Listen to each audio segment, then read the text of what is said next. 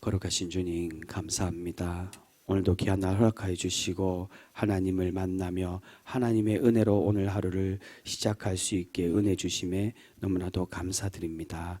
아버지 하나님, 우리가 항상 주님의 말씀을 쫓아 주님의 말씀 뜻대로 그렇게 살아가는 하나님의 신실한 백성 모두가 되게 하여 주시옵소서.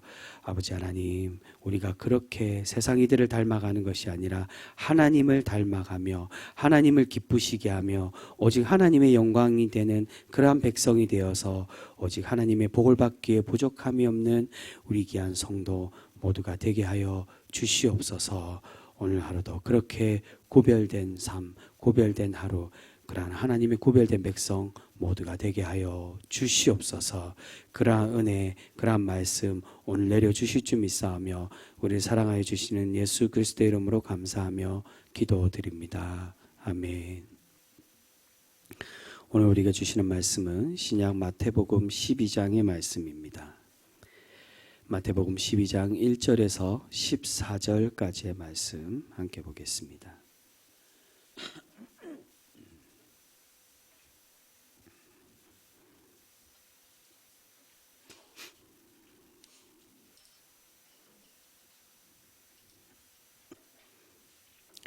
마태복음 12장 1절에서 14절까지의 말씀입니다.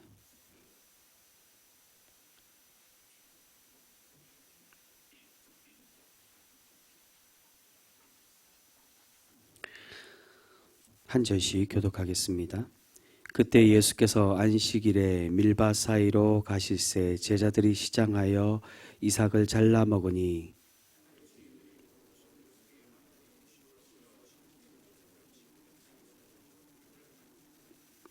예수께서 이르시되 다윗이 자기와 그 함께한 자들이 시장할 때에 한 일을 읽지 못하였느냐.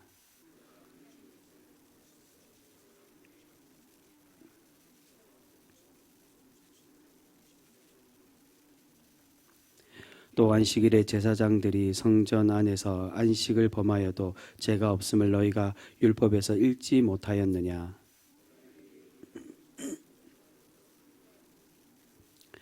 나는 자비를 원하고 제사를 원하지 아니하노라 하신 뜻을 너희가 알았더라면 무죄한 자를 정죄하지 아니하였으리라. 거기에서 떠나 그들의 회당에 들어가시니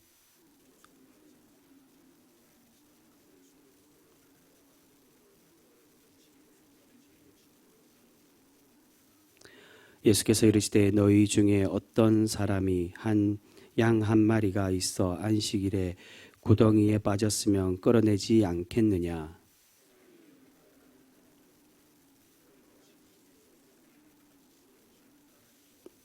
이에 그 사람에게 이르시되 손을 내밀라 하시니 그가 내밀매 다른 손과 같이 회복되어 성하더라.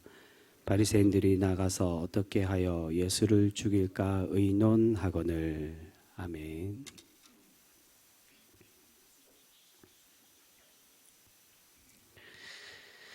여러분, 몇 해 전에 제가 이전에 사역하던 그 교회의 전도사님이 장신대를 그렇게 신대원을 다니시던 그러한 후배 전도사님이셨습니다.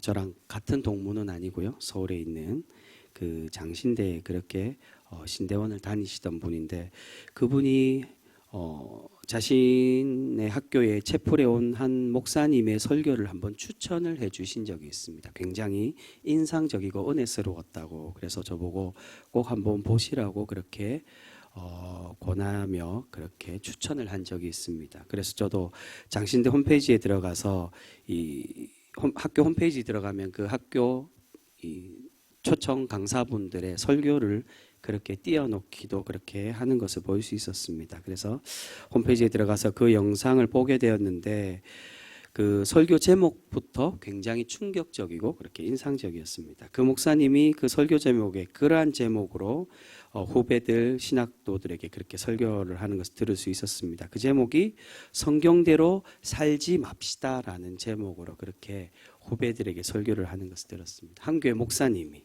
그것도 선배 목회자가 후배들 이 신학을 목회를 준비하는 그 후배 신학도들에게 설교 제목과 내용이 성경대로 살지 말라라고 그렇게 권면하며 이야기를 하는 설교였습니다. 여러분, 왜 그 목사님은 제목에서부터 그 내용에까지 성경대로 살지 말라라고 그렇게 이야기를 했을까요? 그 뜻이 무엇이었겠습니까? 정말로 이게 불경하게 성경이 옳지 않다 그런 의미로 이야기한 것이 아니라, 여기서 말하는 성경대로 살지 말라라는 건 성경 문자대로 살지 말라라는 것을 의미를 합니다. 여러분, 우리가 따르고 우리가 행해야 될 것은 무엇입니까? 단순히 성경 문자 그대로가 아니라 하나님의 참뜻, 하나님의 정신대로 우리는 그렇게 살아가야만 된다는 것입니다. 여러분, 우리는 하나님을 믿는 신앙인이기에 성경대로 잘 살아가려고 그렇게 노력하는 사람들입니다. 그런데 때로는 많은 경우 많은 신앙인들이 정말로 하나님의 뜻을 따르기보다는 자기가 믿기 편한 대로 성경의 문자 그대로만 믿고 따르려고 하는 그러한 모습들을 우리는 너무나도 많이 발견할 수 있는 것을 보게 됩니다. 한 가지 예로서요, 요즘에 최근에 가장 교계에 큰 이슈가 되고 있는 이야기 중에 성경에서 그대로 보면 우리 목회자들이 보통 흔히 얘기할 때 성경에 나오는 제사장의 전승을 이어받은 사람들이 지금 현재 목회자들이라고 그렇게 이야기를 합니다. 하나님 말씀을 전하며 교회에서, 하나님의 전인 교회에서 사역을 하고 그렇게 이 성도들을 그렇게 양육하고 하는 모습의 제사장과 같은 모습이라 그렇게 이야기를 합니다. 근데 여러분, 제사장이 최초에 하나님께서 세우신 아론 이후에 제사장들이 어떻게 세워져 갑니까? 보통은 아버지에서 아들에게로 이어집니다. 그러니까 즉 우리말로 쉽게 얘기하면 세습을 하게 된다는 겁니다. 제사장은 누구를 특별히 세우는 경우도 있지만 대체적으로는 아버지에서 아들에게까지 이어집니다. 근데 지금에 와서 우리 만목회자들 중에 하는 이야기가, 우리가 제사장의 전승을 이어받았기에 우리도 교회에서 세습하는 것이 성경적이라고 그렇게 이야기하는 경우들도 많이 있습니다. 여러분, 세습하는 것이 과연 하나님의 참뜻이고 올바른 성경적인 말씀일까요? 여러분, 그렇게 해석하는 것이 바로 앞에서 말씀드린 것처럼 성경을 문자 그대로만 이해하고 주님의 뜻과 성경의 정신을 바르게 이해하지 못하는 그러한 모습이라고 할 수가 있습니다. 여러분, 지금에 와서 세습하는 모습은 우리가 성경적으로 제사장의 그러한 모습을 이어받았기에 당연한 것이다 라고 생각하는 건 정말로 하나님이 우리에게 원하시는 백성들을 사랑하고 성도들을 사랑하는 그 모습에서 바른 성경의 해석의 모습이 아니라고 할 수 있습니다. 여러분, 오늘 말씀을 보시면요, 예수님과 제자들이 안식일에 밀밭 사이로 지나가다가 제자들이 배고픔을 참지 못하고 그만 이삭을 잘라 먹는 그러한 이야기가 소개되어져 있습니다. 이것을 율법에 철저하고 정통한 바리새인들이 율법을 어겼다라고 예수님과 제자들을 그렇게 책망을 하고 있는 것을 볼 수 있습니다. 여러분, 이것은 성경에 나오는 율법의 내용이 아닙니다. 이거는 성경 흔히 말하는 토라라고, 토라는 보통 모세오경을 토라라고 합니다. 율법서, 유대인들이 말하는 율법서가 이 앞에 나오는 모세의 5개의 성경, 모세오경이라고 이야기하는데, 이 율법서를 기초해서 율법학자들이 만든 전통, 안식일에 금하는 39가지 금지법에 해당하는 내용이 바로 오늘 이 제자들이 어긴 내용이라 그렇게 얘기합니다. 아마 처음 들어보신 분들도 있으실 겁니다. 이게 주석을 보지 않으면 잘 나오지 않는데, 전에 한번 말씀드린 것처럼 성경은 총 613가지로 그 율법이 모세오경이 이루어져 있다라고 이야기합니다. 하지만 이 율법으로 모든 신앙인들의 행동과 모든 규정들을 다 규정해서 이야기하느냐?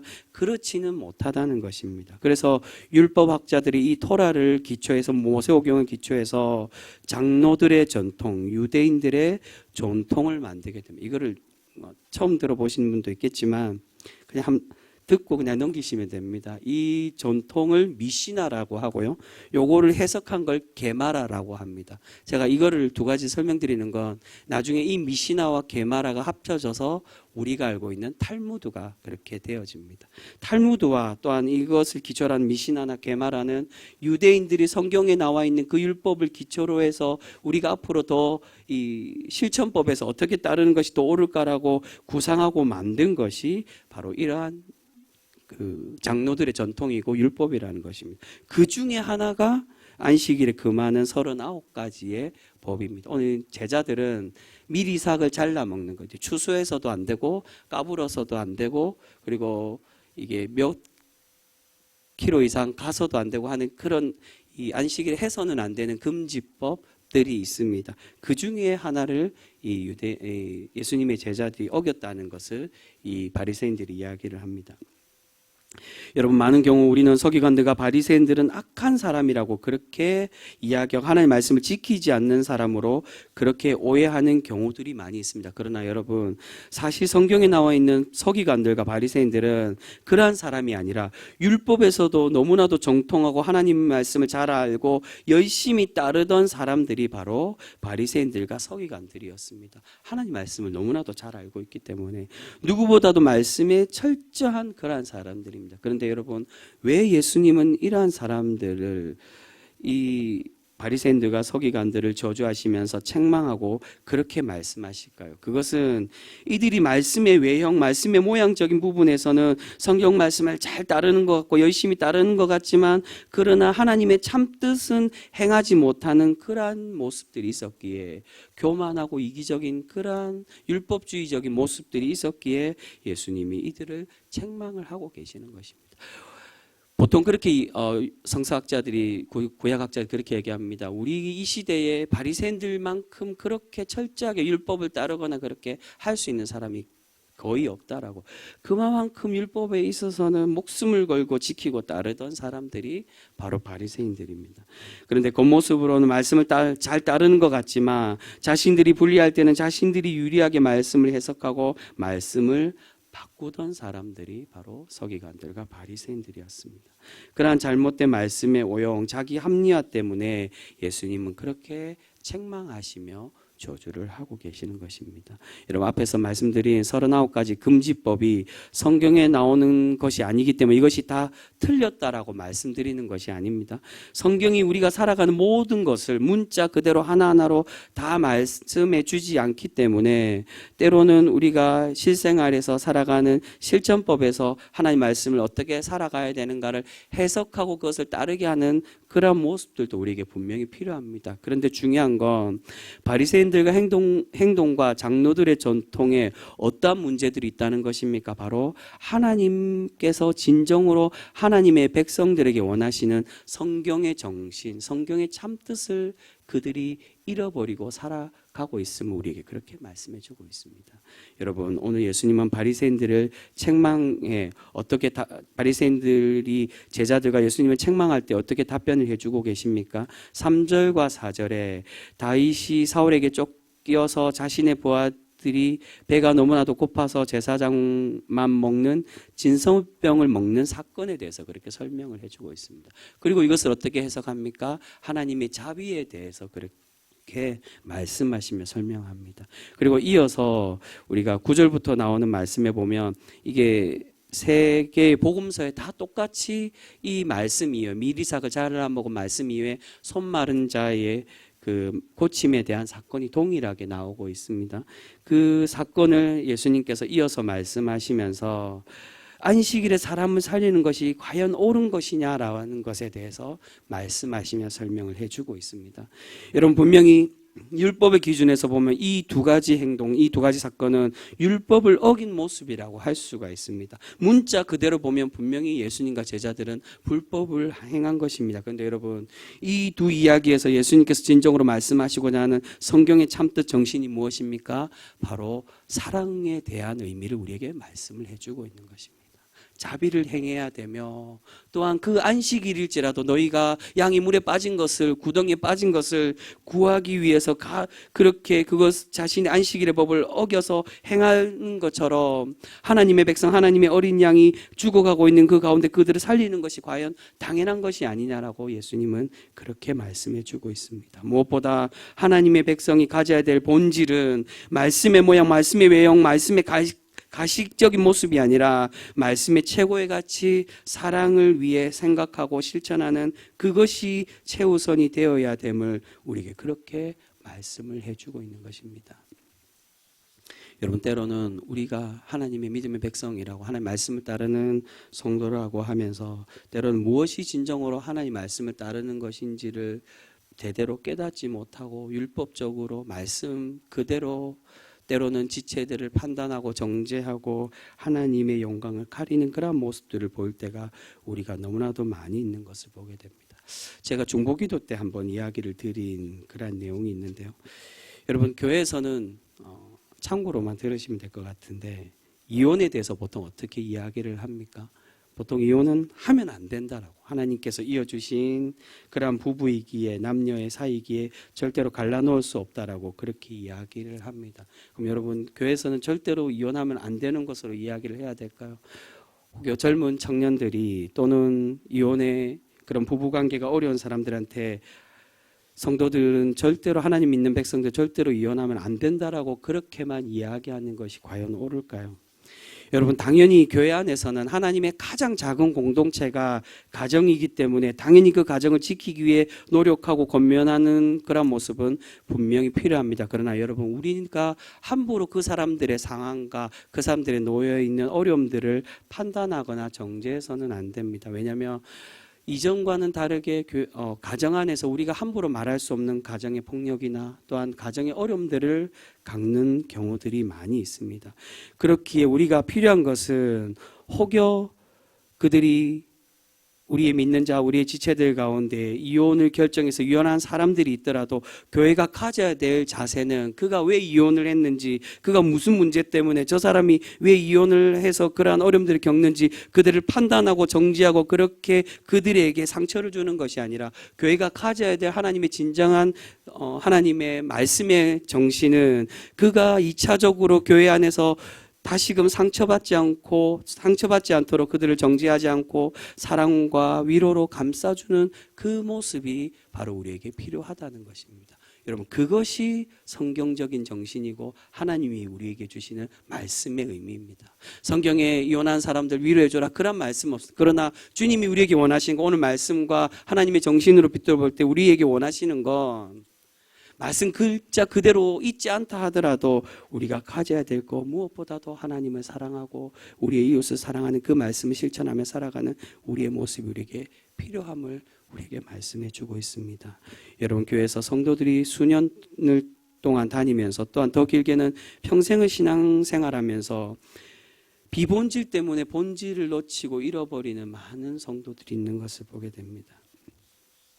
여러분, 교회에 보면 창문이 있는 경우들이 있습니다. 창문이 있으면 우리 교회는 본당에 창문이 잘 없지만 창문이 있으면 보통 이제 햇볕이 들어오기 때문에 그 창문을 가리기 위해 커튼을 보통 많이 설치를 합니다. 그럼 그 커튼을 달게 되면 색깔은 무엇으로 다는 게 옳을까요? 흰색으로 다는 게 옳겠습니까? 파란색으로 다는 게 옳겠습니까? 또는 많은 교회 모임 가운데 단체로 야외에 나가서 식사를 할 때 그 식사하는 게 갈비탕을 먹는 게 옳을까요? 설렁탕을 먹는 게 옳을까요? 이런 별거 아닌 것 같지만 교회 안에서 보면 많은 경우 이 비본질적인 것 때문에 무엇이 옳은지, 무엇이 성경적인지, 무엇이 우리 정통에 맞는지 그것을 다투고 싸우고 그 비본질적인 것 때문에 본질적인 의미를 퇴색시켜 버리는 경우들이 너무나도 많이 있는 것을 보게 됩니다. 여러분, 파란색을 달든 흰색을 달든 그게 무슨 의미가 있습니까? 설렁탕을 먹든 갈비탕을 먹든 그게 과연 하나님이 보시기에 그게 우리에게 원하시는 과연 모습이 무엇이겠습니까? 여러분, 하나님의 구별된 성도들에게 있어서 본질적인 것은 오직 하나님을 예배하고 또 하나님 말씀을 배우며 그 말씀 뜻대로 하나님을 사랑하고 이웃을 사랑하는 것, 그것보다도 더 중요한 본질은 결코 없다는 사실을 우리는 분명히 기억해야 될 것입니다. 여러분, 그럼에도 때로는 많은 신앙인들이 이 비본질적인 것 때문에 다투고 싸우고 갈라지는 것을 너무나도 우리는 발견할 수 있게 됩니다. 여러분, 오늘 말씀에서 우리 주님은 우리가 함부로 말씀을 잘 안다고 다른 이들을 판단하고 정죄하고 하나님의 뜻이라고 교만하지 않고 오로지 위로와 사랑이 필요한 이들에게 그 말씀의 참된 정신을 실천하며 살아가라고 우리에게 그렇게 말씀해 주고 있습니다. 안식일일지라도 우리가 보기에 성경의 문자로는 그것이 옳지 못하다 하더라도 그것이 더 중요한 거 하나님의 사랑의 실천, 하나님의 참된 말씀의 의미가 있다며 그것을 실천하며 살아가기를 우리에게 그렇게 원하고 계십니다. 혹여 굶주린 자가 있다면 우리가 보기에 그것이 성경의 문자로 보기에는 옳지 못할지라도 그들을 위로하고 섬기고 사랑하고 그들과 함께 나누는 그 모습이 가장 중요함을 우리 주님은 오늘 우리에게 그렇게 말씀해 주고 있습니다. 사랑하는 성도 여러분, 우리가 하나님 말씀의 뜻을 바르게 깨닫고 말씀의 문자가 아니라 성경의 참된 전신을 깨닫고 실천하며 살아가 하나님께 칭찬받는 우리 귀한 거룩한 성도 모두가 되실 수 있기를 소망합니다.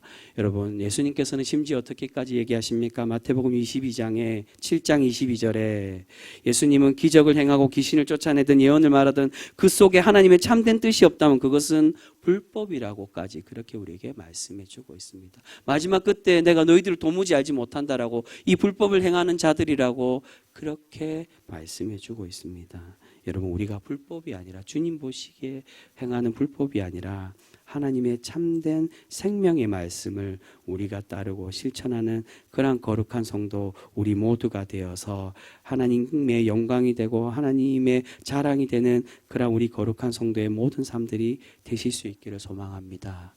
아무쪼록 우리의 삶이 나의 뜻함, 내가 원하는 삶, 나를 나타내고 내 자신이 만족하는 그런 기뻐하는 신앙의 삶이 아니라 오직 하나님 뜻대로 바른 하나님 말씀을 깨달아 그 뜻대로 살아가 하나님을 기쁘시게 하는 그런 거룩한 성도의 삶으로 살아가실 수 있는 우리 귀한 시민교회 모든 성도 여러분들의 신앙의 삶들이 되실 수 있기를 주님의 이름으로 축복합니다.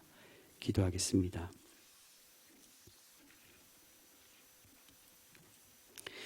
거룩하신 주님 감사합니다. 오늘 말씀 가운데 우리 주님은 단순히 유대 전통으로 장로들이 정한 또는 율법에 나와 있는 그 문자로 사람들을 판단하고 정죄하고 그렇게 하나님의 말씀을 그렇게 함부로 해석하는 그것을 우리에게 원하시는 것이 아니라 오직 하나님의 참된 말씀 뜻대로 하나님은 자비를 더 원하시고 제사를 원하시지 않으시는 분임을 우리가 깨닫고 또한 비록 우리가 하나님의 그 율법적인 그러한 것들을 어길지라도 진정한 하나님의 율법의 가치, 말씀의 가치인 사랑을 전하며 사랑을 실천하는 그러한 백성이 되기를 우리에게 그렇게 원하고 계시는 줄 믿습니다. 사랑의 주님, 우리는 지금까지 살아오면서 얼마나 하나님의 믿음의 백성이라고 말하지만 얼마나 하나님의 뜻이 아닌 다른 이들을 판단하고 정죄하며 상처를 주고 그렇게 살아왔습니까? 아버지 하나님, 우리가 더 우리의 자신을 내려놓을 수 있게 해 주시고 나의 자존심, 나의 유익, 내가 원하는 그런 신앙의 삶이 아닌 오직 하나님의 뜻에 따라 그렇게 살아가 하나님의 참된 영광을 돌리며 살아가는 우리 귀한 거룩한 성도 모두가 될 수 있게 하여 주시옵소서. 주님 말씀의 참된 본질, 성경의 문자가 아니라 오직 하나님을 사랑하고 하나님의 그 사랑을 이웃에게 전하는 그 사랑의 정신만이 성경의 참된 뜻임을 믿고 우리가 그렇게 주님의 그 사랑을 전하고 실천하고자 그렇게 노력하며 살아가는 모든 성도들이 되어서 하나님께 칭찬받는 날마다 복으로 체험받는 우리 귀한 성도 모두가 되게 하여 주시옵소서.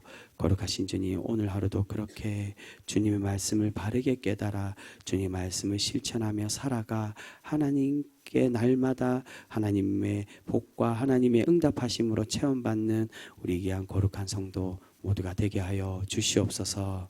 주님, 오늘 각자의 소원을 가지고 주님 앞에 나와 간구하는 하나님의 많은 주님의 믿음의 백성들이 있습니다. 주님, 그 마음, 그 간구 헤아려 주시고 주님 들어주시고 응답하여 주셔서 오직 하나님 뜻대로 구하며 하나님 뜻대로 그렇게 모든 기도의 제목을 이루어가는 하나님의 신실한 믿음의 백성 모두가 되게 하여 주시옵소서.